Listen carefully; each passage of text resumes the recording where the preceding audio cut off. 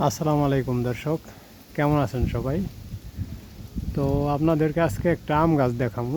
এই যে দেখেন, আম ঝুলে রয়েছে। আবার ওই পাশ দিয়ে দেখেন আমের মুকুল আসছে।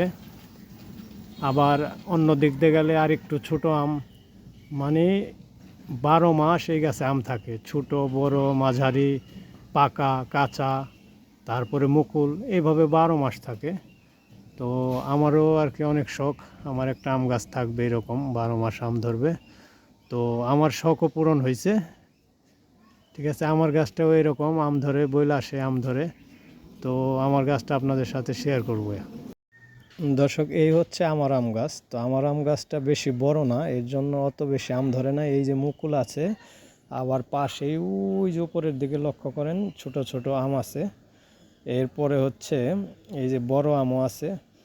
তো আশা করি গাছটা বড় হইলে ওই গাছের মতো হইব, 12 মাস আম থাকবে, মুকুল থাকবে।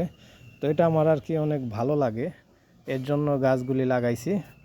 তো দেখা যাক কি হয়।